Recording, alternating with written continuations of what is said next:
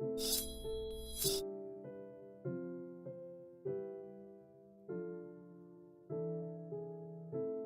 since the beginning of the Final Fantasy franchise, jobs have been there as one of the foundational elements. The first game featured only 6 jobs, and many of them were staples of the genre, but there was also some room for innovation thanks to the Red Mage. That notion was then pushed much further following the release of Final Fantasy 3, 4, and 5, as more and more unique jobs entered the fray. But as time has passed and the franchise has only continued to grow, so too has the volume of jobs. Alongside the quintessential jobs such as Monk, Warrior, and White and Black Mage, this means plenty of others have featured, and there are now well over 100 unique jobs within the roster. In a recent video, there was actually some doubt about this number, so it felt like the perfect time to dive into the archives to bring out yet another selection of very obscure jobs that have seldom featured as the franchise is built out. For reference, if you'd like to watch the previous video, there's a link in the description below. Now, as usual, we're going to work with the stipulation of only focusing on one job entry per game. And we're going to start off with the Red Mage's forgotten cousin, the Green Mage. After introducing 3 coloured mages within the very first Final Fantasy, another, the Blue Mage, was introduced in Final Fantasy V. Many different types of mages would also feature around this time, but they were given specific purposeful names such as Magus, Summoner, or Time Mage. It wasn't until Final Fantasy XII that another coloured school of magic was introduced, as in that game, players were given access to green magic. Serving as a reclassification of certain white and black magic spells, green magic had a specific focus on enfeebling and enhancing magic, such as Protect and Shell, but also Blind and Sleep. However, as Final Fantasy XII, at least in its original format, had no specific jobs, there was no notion of an actual green mage being made available to the party. But they did exist in the world. Within the bestiary, a named green mage called Lonlo was mentioned in relation to the Pyrolist enemy, who gave a hint around the Giga Skier Bazaar entry. In the following years, the lore of Ivalice was built out in significant fashion, and numerous jobs were introduced via Tactics Advanced, Revenant Wings, and the International Zodiac job system. But it wouldn't be until the release of Tactics A2 that we got our first actual green mage, and the role was exclusive to the Viera race. 8 spells were made available for the player to use, and they varied between offensive and defensive buffs and debuffs. Many were carried over from Final Fantasy XII, but Trank and Leap were unique, and as a collective ability set, they provided green mages with a lot of utility, making them very valuable party members. After a successful appearance in Tactics A2, green mages also appeared in Knights of the Crystal, a very loose Ivalice spin-off, and in more recent times in War of the Visions. Here, numerous characters had Green Mage as their designated job, but it was also assigned as a sub-job for certain characters, such as Y'shtola and Yuna. Final Fantasy III built upon the original game by featuring many of the same jobs. But to keep things interesting, the developers also introduced some original concepts. Some of them, such as the Noble and the Hypermonk, ended up being cut throughout development, but others, such as the Dragoon, Summoner, and Geomancer, were retained for the final build. And then there was the Viking.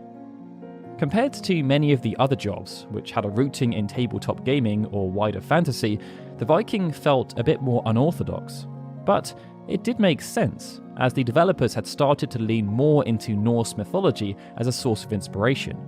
It's perhaps for this reason that each of the Vikings' hammers was aligned with the lightning element, which was similar to Thor. Many of the jobs featured in Final Fantasy III were given a unique command that helped to differentiate them, outside of equipable weapons and attributes. But the Viking, like some of the other melee jobs, was not so lucky.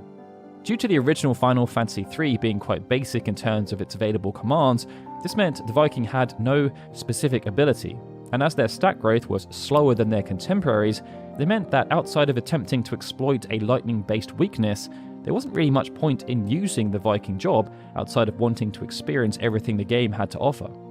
Perhaps because of this muted appearance, Vikings drifted into the background after this point, overshadowed by many of the other melee-based jobs.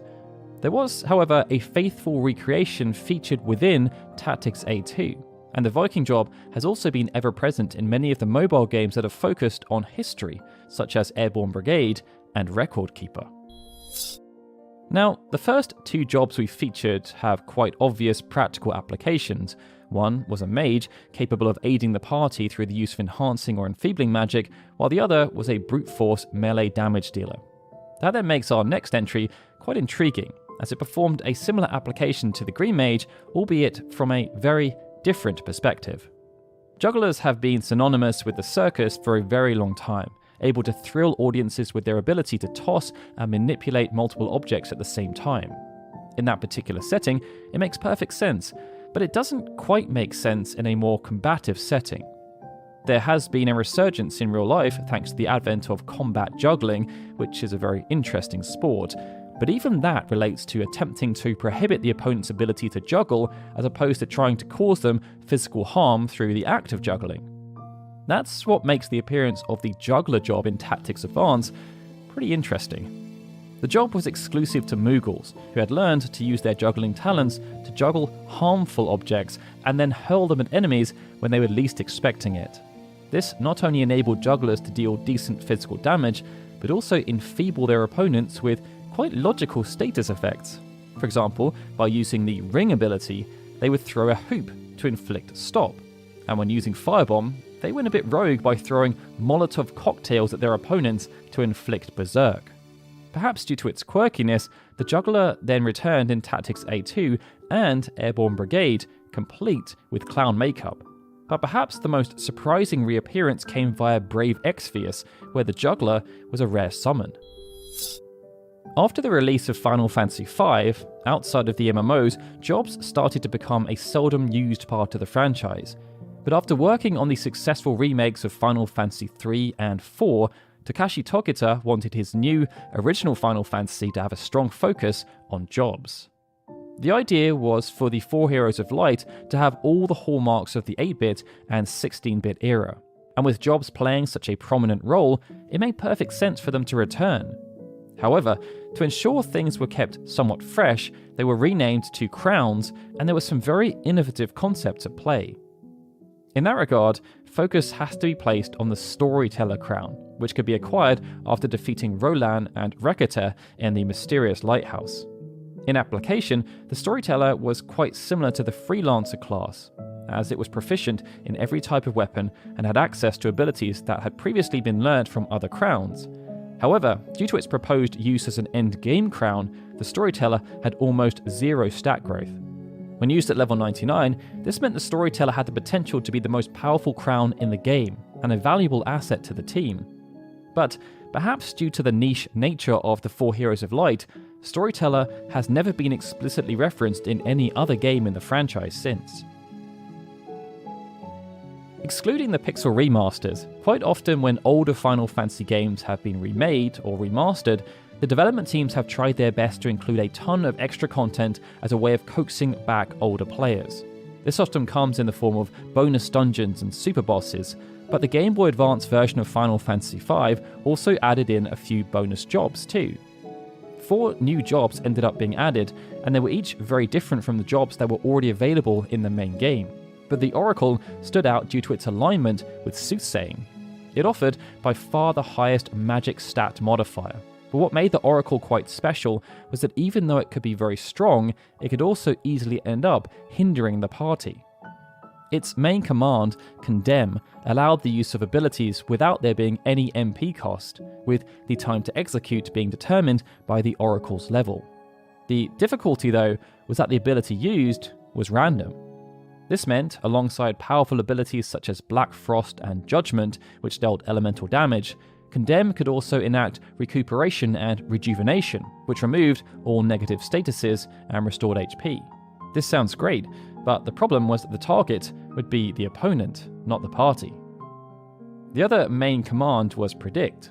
This again saw the Oracle use spells from a specific list, but this time the ability used was based on the last digit of the caster's current MP before casting the move and deducting the required MP to cast it. For example, if the MP digit was 0, then the Oracle would use Cleansing to deal major non-elemental damage to all enemies, whereas if it was a 9, the Oracle would use Pestilence, which dealt very powerful non-elemental damage to the party. The Oracle job was retained for the notorious 2013 re-release of Final Fantasy V on Steam, but it was unfortunately removed from the Pixel Remaster version. Now, we've mentioned Airborne Brigade a few times throughout this video. It served as one of the original free-to-play mobile games and featured designs from Monster Octopus, who also lent their talents to Theatrhythm. Due to when it was released, Airborne Brigade was designed to be a simple, effective, and addictive Final Fantasy experience. And at its core, it allowed players to customize their characters much like an MMO, but the array of jobs available was pretty extreme by comparison due to how simplistic the game was. The basic tutorial jobs served as a reference to the original Final Fantasy, but beyond that, there were plenty of references to some lesser-known jobs to appear from across the franchise, and even some original ones too. And in that regard, the most obscure has to be the Blacksmith. Appearing as a special job, Blacksmith served as a prerequisite to the Blue Mage, but due to how genuinely obscure the job is, and with Airborne Brigade now having its service terminated, there's not that much actually known about how the job even worked. So we're just going to leave it there.